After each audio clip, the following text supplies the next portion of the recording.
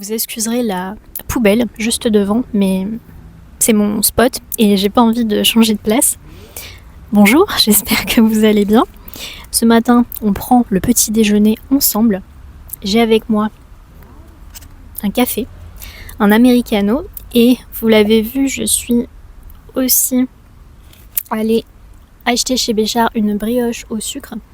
D'ailleurs, si vous venez sur Aix et que vous cherchez une bonne viennoiserie, je vous recommande chaudement celle de chez Béchard et particulièrement les brioches au sucre comme ça.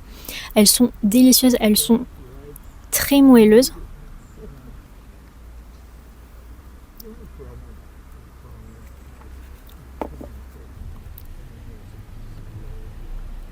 Il y a quelques temps ont eu lieu les journées européennes du patrimoine. Je ne sais pas si vous connaissez, j'imagine que oui, mais en gros c'est un week-end pendant lequel la plupart des musées, des bâtiments, des châteaux sont ouverts au public. C'est gratuit, vous pouvez les visiter. Et cette année, j'ai eu envie d'en profiter pour visiter autre chose qu'un musée. Je suis allée voir des jardins dans un petit village qui s'appelle Beaugneux. Et si vous avez la chance, le privilège d'avoir un jardin, que vous voulez y mettre une petite touche provençale, eh bien je vous mets les images maintenant. Et pour information, je ne sais pas si je l'ai précisé, mais la brioche m'a coûté 1,50€ et le café, l'americano, 3,50€. Je ne sais pas si c'est le genre d'information qui vous intéresse, mais je trouve ça toujours utile de connaître le prix des petites choses du quotidien.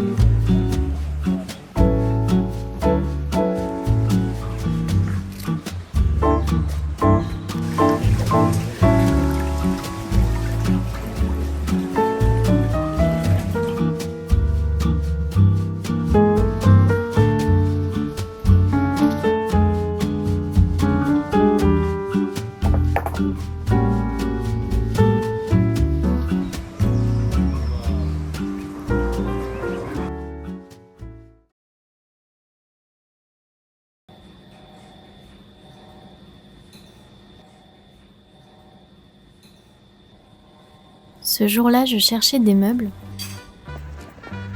Est-ce que vous devinez où je suis ? Direction Ikea.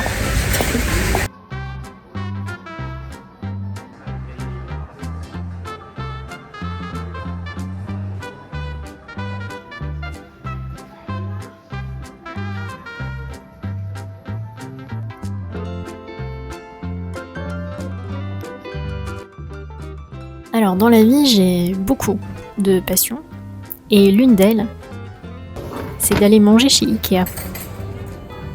Vraiment, j'adore ça.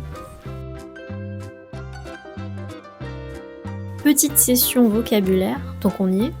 Sur ce plateau, nous avons de la purée, du maïs, des boulettes végétales, des haricots, du pain et du fromage blanc. Et si vous vous demandez si j'ai trouvé mes meubles, eh bien non. J'ai passé 3 heures dans le magasin et je suis repartie avec de la confiture suédoise et des cintres.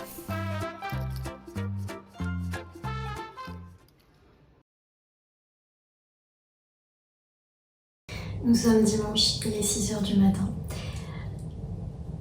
Je suis en train de me préparer, je suis en train d'émerger.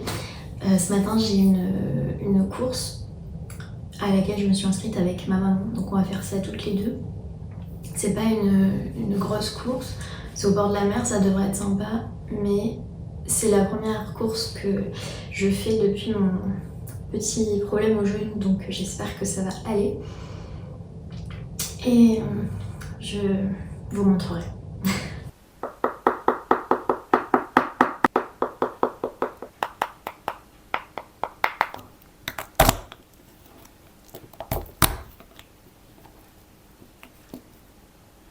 J'ai vu passer ça la dernière fois sur Instagram, c'est une mixture avec des flocons d'avoine, des graines de chia. J'ai rajouté du sirop d'agave, du yaourt coco et des framboises. Ça n'a pas l'air très ragoûtant, mais bon, il me faut quelque chose qui tienne au corps. J'ai rajouté une coque en chocolat pour rendre ça meilleur. Avec ça, j'aurai plein d'énergie.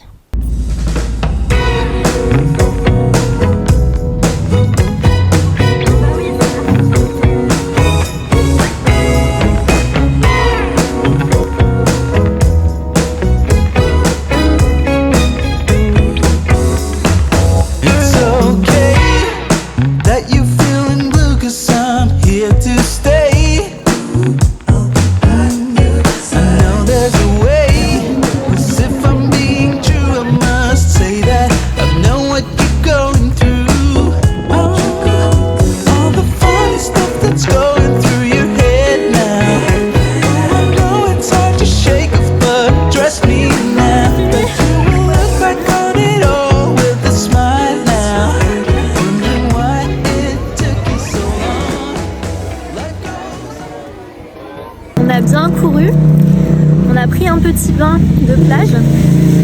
Maintenant on va aller manger à Saucer les Pins. Tu sais comment ils s'appellent les habitants de Saucer les Pins? Non. Les Saucetois. Je viens de voir ça sur Google.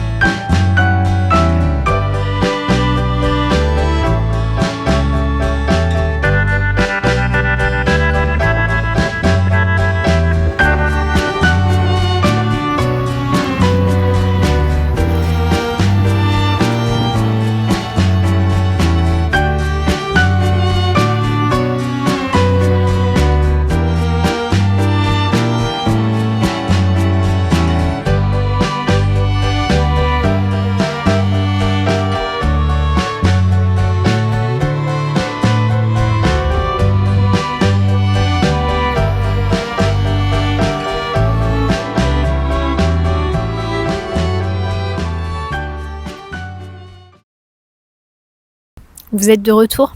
Entre-temps, j'ai terminé mon café et ma brioche. Ce matin, il faut que je passe à la bibliothèque pour aller ramener ce livre que vous avez vu passer. Si vous avez regardé le vlog où j'étais à Marseille, j'ai fini La gloire de mon père de Pagnol. C'était une lecture adorable, toute mignonne. C'est un récit autobiographique. Pagnol nous parle de ses souvenirs de jeunesse à Marseille et de ses vacances en Provence à la campagne avec sa famille, ses parents, son oncle. C'est nostalgique et en même temps c'est joyeux. C'est vraiment un homme qui nous parle de ses souvenirs d'enfance qu'il a idéalisés. Il parle aussi beaucoup de son amour et de son admiration pour son père qui était instituteur.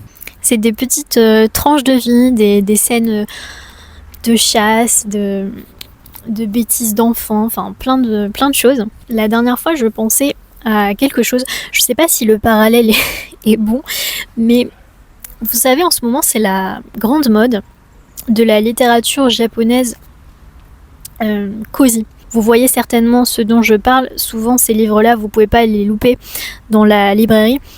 Il y a toujours sur la couverture un plaid, un chat ou une boisson chaude. Ils vendent vraiment ça comme de la littérature qui fait du bien, de la littérature cosy, confort. Je n'ai pas lu de livre comme ça, donc je pourrais pas vous dire ce que j'en pense. Mais un livre comme ça, je pense que ça peut aussi tout à fait faire le job. Si vous cherchez quelque chose qui fait du bien, quelque chose qui est doux, et bien ça c'est vraiment doux. C'est un doudou. C'est un livre doudou. Voilà. Et d'ailleurs, si vous êtes en train d'apprendre le français et que vous avez un niveau intermédiaire, je dirais, B1, B2, pourquoi ne pas essayer de lire ça ? Il y a peut-être des mots que vous ne comprendrez pas, mais laissez-vous embarquer dans l'histoire et je pense que ça peut vous plaire. Je pense que je vais vous laisser ici. Merci beaucoup d'avoir regardé cette vidéo. J'espère que ça vous aura plu. La prochaine fois, ce sera certainement un vlog sur Paris parce que je dois partir dans quelques jours à Paris. Donc j'essaierai de filmer un peu là-bas. Si vous voulez soutenir la chaîne, vous le savez, il y a un lien dans la description. Vous pouvez faire un petit don de 2 ou 3 euros, me payer un café. Enfin un espresso, parce que du coup l'americano, là on est plus vers les 4 que vers les 2 euros. Prenez bien soin de vous et de vos proches. Et à bientôt. Salut!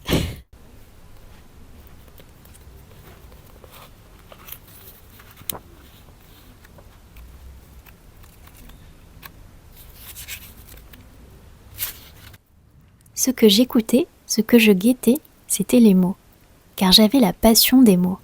En secret, sur un petit carnet, j'en faisais une collection, comme d'autres font pour les timbres.